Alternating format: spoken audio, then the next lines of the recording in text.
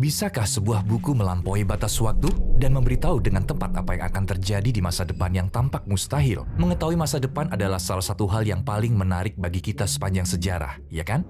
Hari ini kita akan menyaksikan keajaiban Al-Quran dalam hal ini. Berabad-abad yang lalu, kabar tentang masa depan yang dikisahkan dalam Al-Quran di momen-momen tak terduga mengubah segalanya. Al-Quran mengejutkan semua orang. Satu peristiwa disaksikan oleh dua kota berbeda, dan satunya lagi disaksikan dua kekaisaran besar. Jika kamu siap mendengar mukjizat kenabian Al-Quran dalam dua peristiwa sejarah penting, mari kita mulai.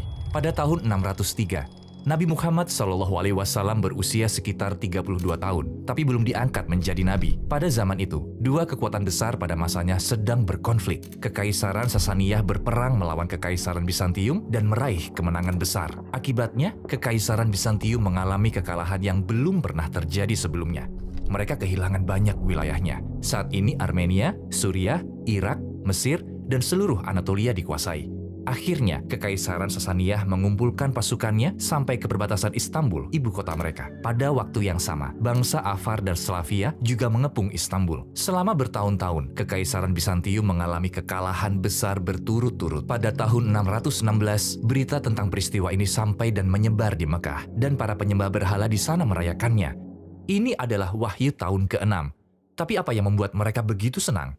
Karena Bizantium adalah orang Kristen yang termasuk agama Ibrahim. Ini membuat mereka tampak lebih dekat dengan kaum muslim dalam hal kepercayaan. Di sisi lain, bangsa Sasaniyah adalah penyembah api, kepercayaan yang lebih dekat dengan para penyembah berhala di Mekah. Karena kesamaan dengan bangsa Sasaniyah, mereka merasa memiliki ikatan dengan mereka dan ingin merendahkan Rasulullah SAW. Mereka berkata, seperti halnya bangsa Sasaniyah mengalahkan ahli kitab, kami juga akan mengalahkanmu. Dengan kata lain, mereka gembira dengan apa yang terjadi. Mereka tertawa dan bersenang-senang dengan hal itu. Tetapi mereka benar-benar tidak tahu apa yang akan mereka dengar. Akhirnya 5 ayat pertama surah Ar-Rum turun, membawa berita yang mengubah tawa mereka menjadi keterkejutan. Auzubillah, bismillah, alif lam mim. Bangsa Romawi telah dikalahkan di negeri yang terdekat dan mereka setelah kekalahannya itu akan menang dalam beberapa tahun lagi. Bagi Allah lah urusan sebelum dan setelah mereka menang. Dan pada hari kemenangan bangsa Romawi itu, bergembiralah orang-orang yang beriman karena pertolongan Allah. Dia menolong siapa yang Dia kehendaki. Dia Maha Perkasa, Maha Penyayang. Bayangkan hidup di era itu. Lihatlah bangsa Sasaniyah terus mengalahkan Bizantium selama lebih dari 10 tahun. Mereka menaklukkan Armenia, Suriah, Irak, Mesir, dan seluruh Anatolia. Saat Kekaisaran Bizantium mengalami kekalahan yang belum pernah terjadi sebelumnya, pasti akan sulit bagimu berpikir bahwa mereka akan menang dalam waktu singkat, ya kan? Tetapi ayat ini dengan jelas menyatakannya, bangsa Sasaniyah menang, namun dalam waktu tertentu bangsa Bizantium juga dikenal sebagai Romawi, akan menang. Ada situasi yang sangat aneh. Semua orang bertanya-tanya bagaimana ini bisa terjadi ketika peristiwa ini berlangsung.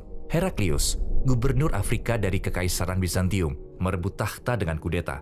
Dan begitu ia berkuasa, ia menulis surat kepada Raja Sasaniyah memohon untuk menghentikan perang. Surat-surat ini masih ada sampai sekarang. Namun karena bangsa Sasaniyah sedang menang, mereka tidak menerima tawaran ini. Ketika upaya ini gagal dan Kaisar Heraklius ditolak, ia mencoba melarikan diri ke Afrika tetapi berhasil tertangkap. Apa yang akan terjadi selanjutnya? Akankah jalan peristiwa berubah? Ingat apa yang dikatakan dalam ayat itu. Ayat itu berkata, dalam bahasa Arab, frasa ini artinya beberapa tahun, yang merujuk pada periode 3-9 tahun. Setelah ayat ini turun, kekalahan Bizantium masih terus berlangsung. Orang musyrik yang mendengar ayat ini sangat yakin bahwa ini tidak mungkin terjadi. Tetapi ada sesuatu yang mereka tidak tahu. Allah mengatakan, jadilah, maka jadilah sesuatu itu. Inilah sistem dalam Islam. Tidak peduli seberapa kuat seseorang. Karena itu para sahabat Nabi yang mendengar ayat ini juga sangat yakin. Beberapa tahun berlalu tanpa perubahan. Tetapi akhirnya, Heraklius memulai kampanye militer pada tahun 622. Dia menjadi orang dengan pikiran yang berbeda sekarang. Seolah-olah ada orang lain yang menggantikannya. Sejarawan Inggris, Edward Gibbon, menggambarkannya seperti ini. Perubahan karakter semacam ini tidak banyak terjadi dalam sejarah. Apakah Allah menepati janji? Ya, Allah menepatinya. Maka janji itu pasti akan terpenuhi. Itulah satu-satunya alasan perubahan ini. Apakah kamu menyadari sesuatu di sini? Bahkan sang kaisar pun tidak berpikir kerajaannya akan selamat. Namun dalam keadaan itu, Nabi Muhammad SAW mengatakan sesuatu dan mempertaruhkan seluruh misinya dengan risiko besar. Jika apa yang beliau katakan tidak menjadi kenyataan, seluruh misinya akan berakhir. Jika beliau mau, beliau bisa saja tidak ikut campur ke dalam urusan ini sama sekali dan tidak mempertaruhkan dirinya. Jika beliau tidak benar-benar menerima wahyu, jika beliau tidak diberitahu oleh Allah dan diperintahkan untuk membaca ayat ini, mengapa beliau mengambil risiko besar yang bisa saja mengakhiri segalanya? Jadi apa yang terjadi selanjutnya? Setelah persiapan selesai, tentara Bizantium berangkat dan mulai berperang. Mereka berhasil merebut kembali wilayah yang diduduki dan mengubah kekalahan menjadi kemenangan.